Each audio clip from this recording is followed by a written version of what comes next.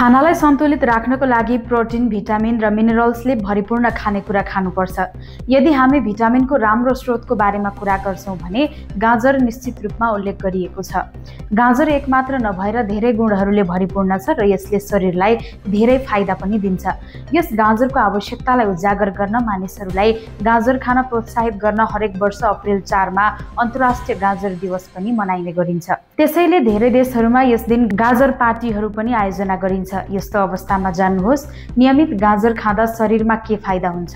अन्तर्राष्ट्रिय गाजर दिवस सन् 2003 देखि मनाउन थालिएको हो। गाजरको बारेमा मानिसहरूलाई सचेत गराउन र स्वास्थ्यको लागि गाजर खानु कतिको फाइदाजनक छ भनी जनाउने उद्देश्यले यो दिवस मनाउन थालिएको हो। तर सन् 2003 पछि फ्रान्स, इटाली, स्विडेन, अस्ट्रेलिया, बेलायत, संयुक्त राज्य अमेरिका र जापानमा यो दिवस मनाउन थालेपछि सन् 2012 मा अन्तर्राष्ट्रिय गाजर दिवस मनाउन थालियो।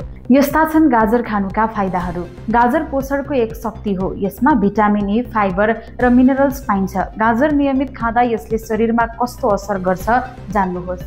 आँखाको स्वास्थ्य। गाजरमा भिटामिन ए प्रचुर मात्रामा पाइन्छ। यसमा बिटा क्यारोटिन, ल्युटिन र जेक्सान्थिन पनि पाइन्छ। अक्सिडेटिभ तनावलाई पनि कम गर्छ। गाजर दैनिक खाँदा राता अन्धोपनाको समस्या हुँदैन।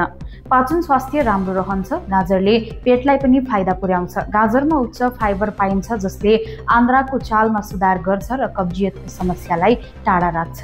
छालाको स्वास्थ्य राम्रो रहन्छ। गाजरले छालाको स्वास्थ्यमा सुधार ल्याउने प्रभाव पनि राख्छ।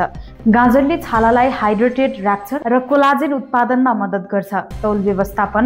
उच्च फाइबरयुक्त खाना भएकाले गाजर खाँदा लामो समयसम्म पेट भरिपूर्ण रहन्छ। यस्तो अवस्थामा गाजरले तौल नियन्त्रणमा मद्दत गर्छ। गाजरले मुखको स्वास्थ्यमा पनि सुधार गर्ने काम गर्छ। यसको सेवनले ब्याक्टेरिया हटाउन प्रभावकारी हुने र्याल बढाउँछ। यसले दाँत सम्बन्धी समस्या पनि कम गर्छ।